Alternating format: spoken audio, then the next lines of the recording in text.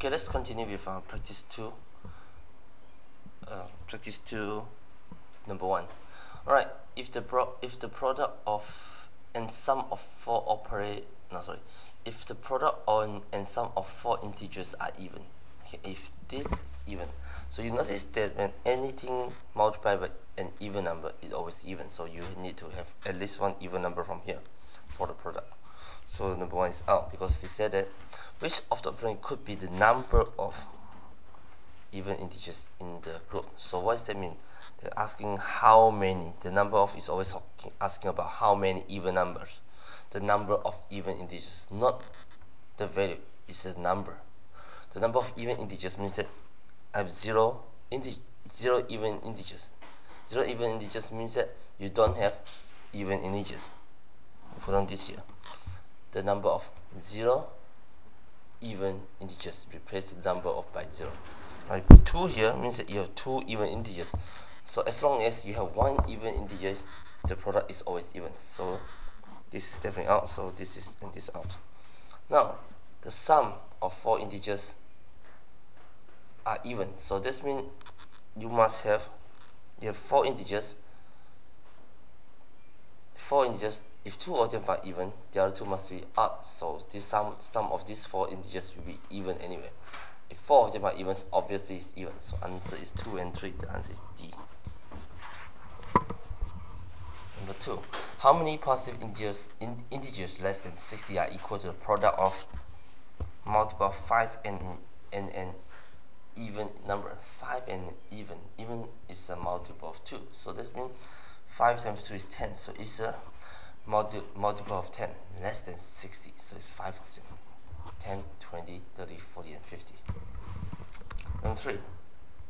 Which of following is the greatest integers less than 63000 that can be written using all the digits from 1 to 6? From 1 to 6, you already have 6. Less than 30,000, so there is 2. Then the rest is 1, 2. No, 2 is gone. 1, 3, 4, 5. 1, 3, 4, 5 largest. So it's like 5, 4, 3, 1. So the answer is B. No, sorry. The answer is E. Number 4. Which of the following statement could be true? Could be true. So notice that these two are negative, positive, but this is fractions, this fractions, negative fractions. So you can eliminate something out first. R times S, R as negative, possible. PR, negative, positive, but these two fractions become a whole number, is not possible. So answer is this is out. R as negative, positive, no. RT, negative, possible. PT, negative, positive, out. So you have 2 possible choices only.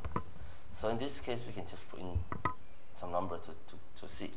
Now, you want to find R as P. Let's say S is half, R is negative 1/3, and this let's say is negative 2/3. Okay, so RS is negative 1/3 times half is negative 1/6. So it should be smaller here, should be greater. So this one is out. Looks like we're looking at this might be out. Let's try to make sure.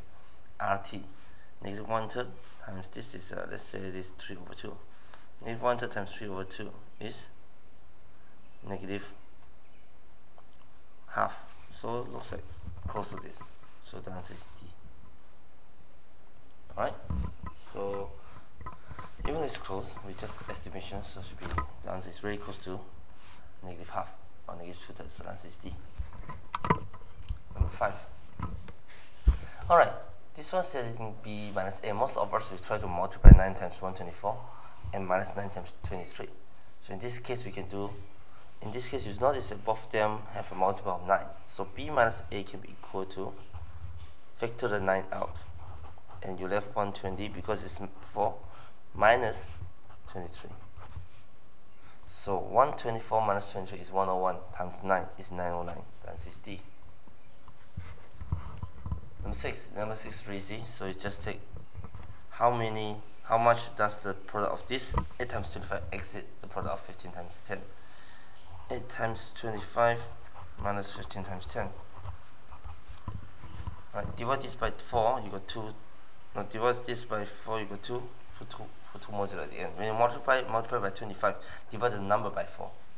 8 divided by 4, you have 2, and 2 0 end up, because you have to multiply back by 100, minus 150. You should get a 50 in this case. Answer is B. Now go to number 7. How many integers containers can hold, each holding 60 fluid ounces of milk, are needed to hold 5 quarts of milk? So the 1 quart is 32 fluid ounces. It says how many containers, number of containers. Write the number of containers equal to total ounces over ounces per container. Pretty easy, right? Total ounces, okay, I cannot put down here, just put on the side. Total ounces is 5 quart, 32 fluid ounce 1 quart, over 16 fluid ounces of milk each container. Each means per container.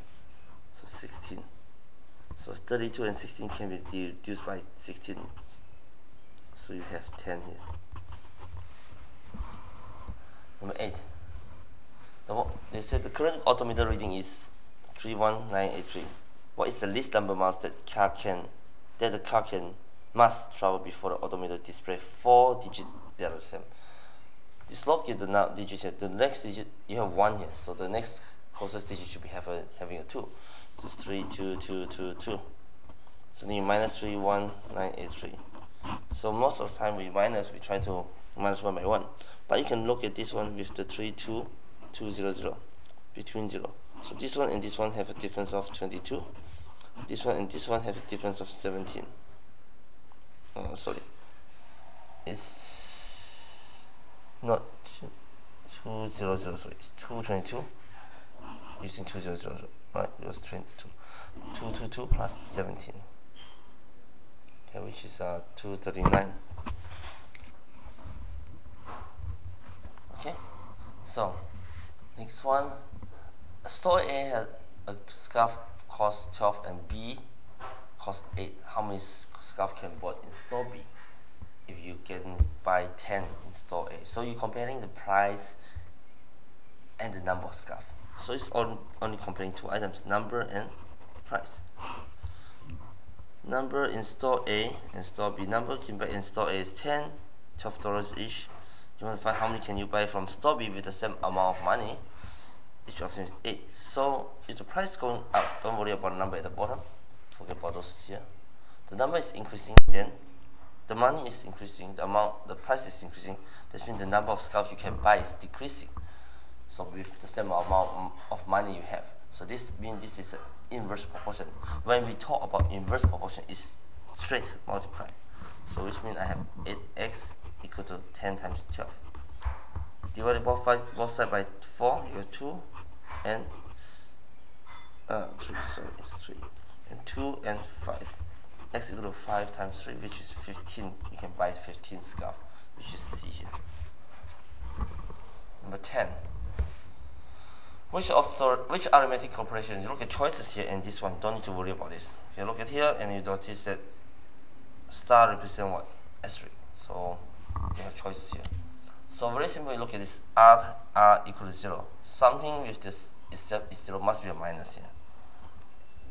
Cannot be plus, cannot be multiplied, cannot be division. So it's minus. Change one, minus. This makes sense. The answer is B. Number 11. They're looking for how many hours. Looking for how many hours will he have to work. So you want to work for how many hours?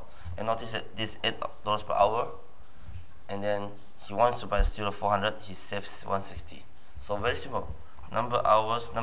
He already saves 160. So you need to make extra 400 minus 160 more, and $8 per hour. So it's 240 divided by 8, which is 30 hours, which is